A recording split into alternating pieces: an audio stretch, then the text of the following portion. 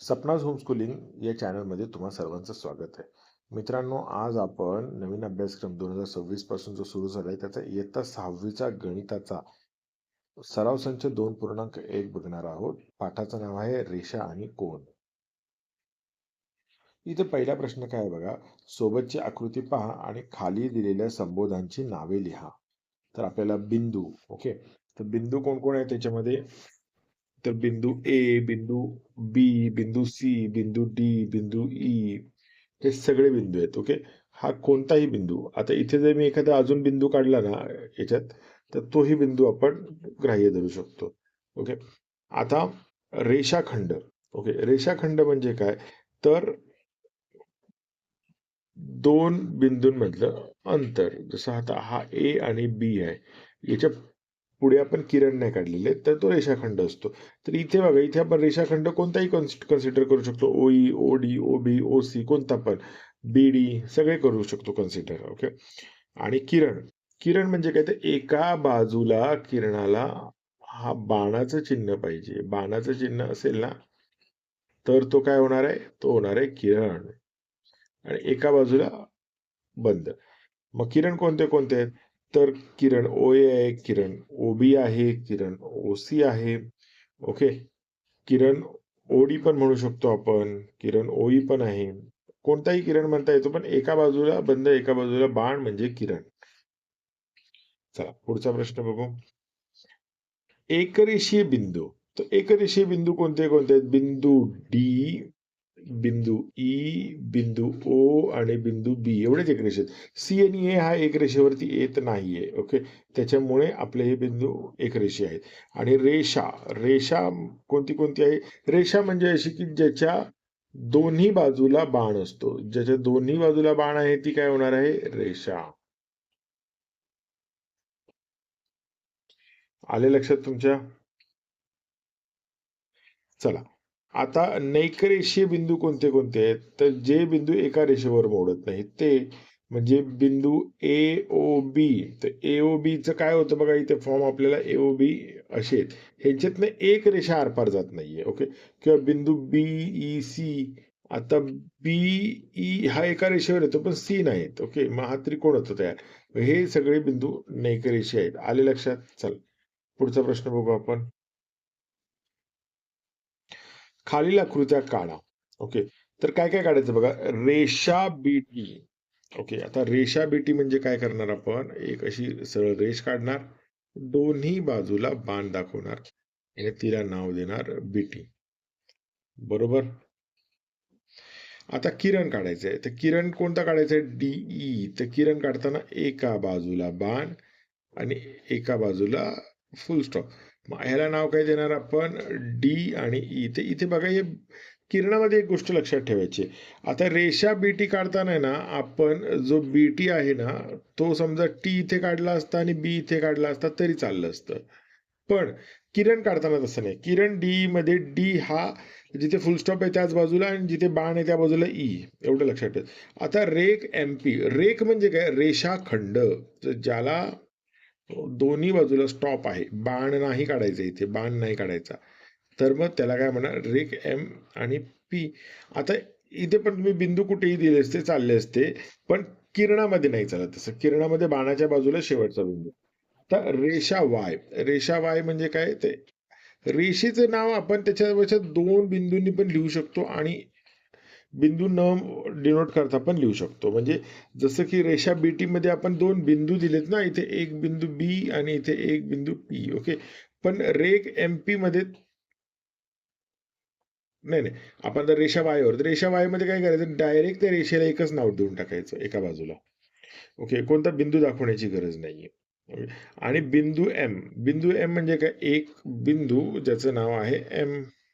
आलं लक्षात? एक बिंदू कुठे काढू शकता बिंदू तुम्ही. चालेल, चला पुढचा प्रश्न बघू आपण. ओके, खालील बाबी स्पष्ट होतील अशा आकृत्या काढा. ओके, तर काय काय काढायचं बघा. बिंदू पी हा रेख AB वर आहे. म्हणजे आपल्याला काय काढायचंय? आधी एक रेख काढायची. रेषाखंड. रेख म्हणजे काय? रेषाखंड. म्हणून दोन्हीकडे किरण नाही दाखवला आपण. ओके, तर इथे काय करायचे, ए आणि बी आणि एक मध्ये बिंदू कुठे पण दाखवा, एक पी बिंदू. बरोबर. चला, रेषा एम बिंदू EF वर आहेत, पण बिंदू डी रेषा एम वर नाही. ओके, आता इथे आपण काय काढली, ही रेषा एम. ओके, आणि इथे बिंदू ई आणि एफ कुठे आहेत, रेषेवर आहेत. बरोबर. पण बिंदू डी हा एम रेषेवर नाही, मग तो कुठे पण असू शकतो ना. मग इथे इथे दाखवूया आपण हा बिंदू डी. तुम्ही कुठे पण दाखवा, लांब कुठे दाखवला तरी चालतो, पण आपण आता इथे जागा जेवढी आहे त्याच्या हिशोबाने मी जवळच दाखवलेलं आहे. आता किरण ओपी आणि किरण ओक्यू काढा. ओके, तर आता इथे बघा, बिंदू ओ हा कॉमन दिलाय ना दोघांमध्ये, म्हणून मग आपण काय करायचं की एक ओ बिंदू काढायचा. हा ओ बिंदू आहे, त्याच्यातनं एक किरण काढला, कोणता, ओपी. आणि अजून एक किरण काढला, हा कोणता काढला, OQ. आता काही मुलं बिंदू म्हणजे ओच्या अगदी दुसऱ्या बाजूला पण क्यू काढू शकतात, काढू शकतो तुम्ही, काही कारण कसंही काढू शकता, फक्त बिंदू ओ हा कॉमन आहे एवढंच लक्षात ठेवायचं. पण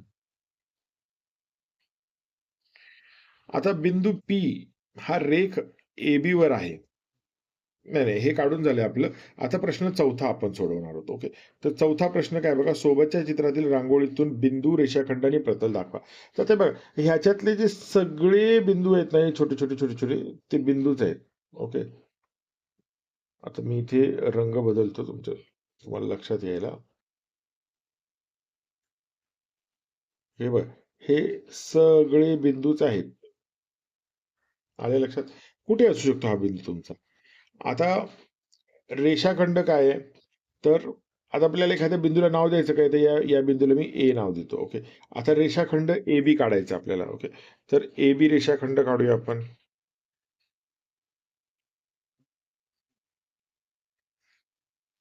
ओके, या बिंदूला आपण बी नाव देऊया. हा रेषाखंड ए बी झाला. चला, इथे दुसरा एका रेषाखंड कोण का आपण, रेषा. ओके, याला आपण नाव देऊया एक्स आणि वाय. चालेल, असं कुठेही काढू शकता. आता प्रतल दाखवायचं आपल्याला. ओके, तर प्रतल म्हणजे काय, हे अखंड जे आहे ना, हा सपाट पृष्ठभाग एक प्रतल असतं. बरोबर, हेच प्रतल आहे. चला, पुढचा प्रश्न बघू आपण. भारताचा नकाशा आराखड्यावरती 4 महत्वाची ठिकाणे बिंदूंनी दर्शवलीत.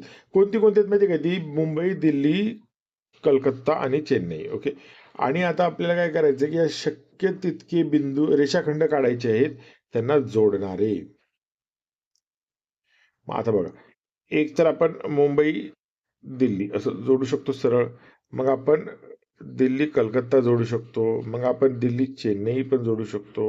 आणि मग आपण चेन्नई ते कलकत्ता पण जोडू शकतो. बरोबर. आता एकच लक्षात ठेवायचं की एका ठिकाणावरून आपण सगळ्या ठिकाणांना जोडू शकलो पाहिजे. मग आता आपण मुंबईपासून दिल्ली जोडले, चेन्नई जोडले, कलकत्ता जोडले का नाही जोडले, मग आता आपण कलकत्त्याला जोडूया. मग मुंबई ते कलकत्ता पण आपल्याला जोडता येतं. मग तसंच आता कलकत्ता ते मुंबई जोडले गेले की, हा मग आता काय राहिले, चेन्नई ते दिल्ली एक जोडायचे राहिले.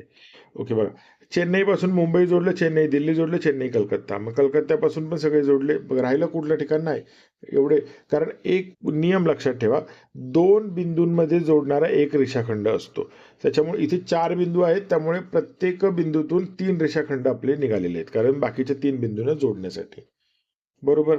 चला, आपल्या प्रश्नाचं उत्तर तुम्हाला कळलं असेल तर व्हिडिओला लाईक करा, आणि पुढचा व्हिडिओ कोणता पाहिजे तेही मला सांगा, आणि हा स्वाध्याय कसा वाटला हे कमेंट्समध्ये कळवा. धन्यवाद.